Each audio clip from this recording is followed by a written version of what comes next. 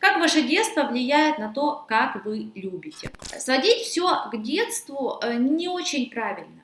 Да, детский опыт, он важный, он влияет, но если мы говорим о глубинной психологии, то есть еще такой слой психики, как коллективное и бессознательное, то есть архетипические формы любви, да, которые есть просто вот записаны, да, в информационном поле, и каждый человек, который рождается, он связан с коллективным бессознательным, и оттуда он берет эти образы, берет эти представления о том, что такое любить, как это любить и так далее. Ведь смотрите, если собрать здесь, не знаю, 10 человек и спросить, что для тебя любовь, как ты любишь, и так далее, эти 10 человек, да, они расскажут разное. У каждого свое представление о любви, но при этом, если мы опросим 1000 людей, мы увидим, что некоторые представления, они типичны. Да? И вот эти типичные представления о любви, они хорошо прослеживаются в мифах. Да? Если вы посмотрите мифы древних людей, вы увидите определенные типы любви. Ну, например, если те же древнегреческие мифы, да, мы можем увидеть типы пар. Вот. Зевс и Гера, Аид и Персифона, Психея и Эрос и так далее. То есть вот вам, пожалуйста, описаны некоторые виды, типы любви. И так или иначе, если мы опросим большое количество людей, мы увидим, что их представление о любви укладывается вот в эти типы. Вот. Ну, о любви, например, в паре между мужчиной и женщиной, ну, точно так же о любой другой любви.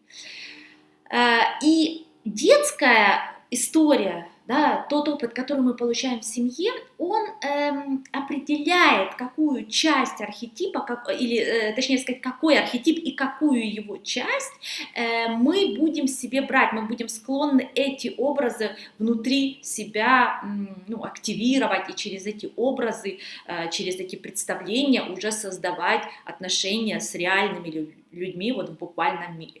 То есть детский опыт — это такое окошечко, да, через которое мы видим, ну, то есть если коллективное бессознательное — это весь мир, да, то детско-родительские отношения, опыт в семье — это некое окошечко, через которое мы этот мир видим, да, и он нам показывает какой-то сектор. Вот в этом заключается роль детско-родительских отношений, в том, как мы себе представляем, что такое любовь, что такое любить и так далее. Вообще, это очень важная тема, и я предлагаю вам для себя подумать, обсудить со своим психологом, да, что для вас любовь, что для вас любить, как вы понимаете, что вы любите кого-то или что-то, да, как вы это переживаете, это больше про ваш фокус на себе, на своих переживаниях, вот мне хорошо с человеком, я чувствую себя вот так-то, так-то, так-то, или вы больше на другом фокусируете, что вот я вижу, как человеку хорошо, и я радуюсь. То есть это, опять же, нет, понятно, правильного, неправильного, но это очень важный вопрос для понимания себя, для понимания того, какая пара вам нужна, какие отношения вам нужны, что вам важно добавить в свои текущие отношения, возможно, что для вас является неприемлемым. То есть это вопрос познания себя. Ведь любовь — это, ну, как, знаете, как Бог. К Богу каждый идет своей тропинкой, да, это вот как вершина горы, и каждый идет своей какой-то дорогой. Нет хороших, плохих дорог, они все ведут на вершину. И точно так же для нас любовь, да, это способ познание себя, познание мира, и у каждого этот способ, он какой-то свой. Ведь любовь — это про связь, да? Когда я люблю, я хочу связи, да, я хочу, то есть, да, я хочу, ну, я люблю мужчину, я хочу с ним быть, я люблю, не знаю, какой-то там пирожное, я хочу его съесть, то есть я хочу связаться с этим. Любовь всегда про связь, то есть про интеграцию, про соединение. Вот. И в этом смысле любовь делает нас целостным. И когда вы думаете про то, что значит для вас любить, вы эту целостность лучше понимаете, что для вас значит быть целостным. Такой вот важный шаг в личностном развитии, да, и у вас становится больше энергии, потому что когда мы соединяемся внутри с чем-то, у нас становится больше энергии. Про детский опыт, ну, все же он влияет, и смотрите, каким образом? Ребенок достаточно быстро начинает понимать и регистрировать у себя внутри, какие его проявления поощряются, то есть за что его любят, а за что его не любят. Да? И, соответственно, у него формируется представление, что вот в паре, например, я поделился конфетой с там, другим ребенком, мне сказали, вот хороший мальчик, да?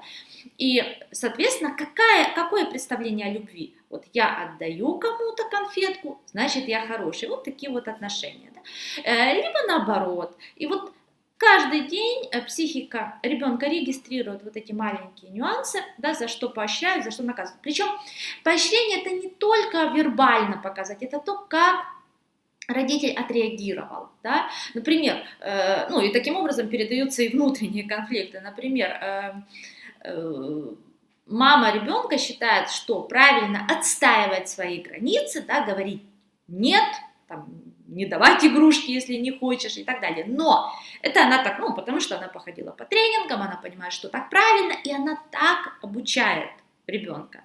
Но внутри у нее есть такая собственная непроработанность, да, а люди, которым очень нравится идея границ, как правило, у них эта тема внутри не проработана. И получается такое, что вот ребенок играет с кем-то на детской площадке, и кто-то захотел игрушку взять, ребенок не дал, и мама внешне говорит, молодец, правильно там, ну, условно, да, ты не хотел дать и не дал, все правильно, ну, да, то есть вербально дает подтверждение, что ты хороший мальчик, все хорошо, а невербально, бессознательно у нее срабатывают ее собственные травмы, собственные страхи, что я там, чего-то не дам другому, он будет на меня злиться. Да? И внутри происходит вот эта реакция. Она может быть и чаще бывает бессознательной. И ребенок получает вот такое вот двойное послание. И, конечно же, более сильно это то, что идет на уровне состояния, на уровне реакции тела, например, этой мамы. Да? А слова, они уже такие вот, да, уже вторичные. Вот. Поэтому обратная связь это еще раз не только и не столько про слова, сколько про то, как вы внутри себя реагируете. Вот это считывается, и это дальше формирует ну, вот такие вот представления о том, что такое любовь, что такое любить, как мне надо вести себя, чтобы да, меня любили, и такой вот сценарий отношений формируется. Но еще раз, это вот одна часть небольшая, вторая часть – такие архетипические представления, которые у нас у всех есть. Поэтому, если вы хотите изменить свой сценарий любовных отношений, то, как вы выстраиваете, пожалуйста, имейте в виду, что внутри вас есть доступ к любым архетипическим сценариям. Выбирайте любой, и эти образы при правильной работе с ними будут давать вам нужное состояние, нужную энергию и показывать, как выстраивать отношения по-другому.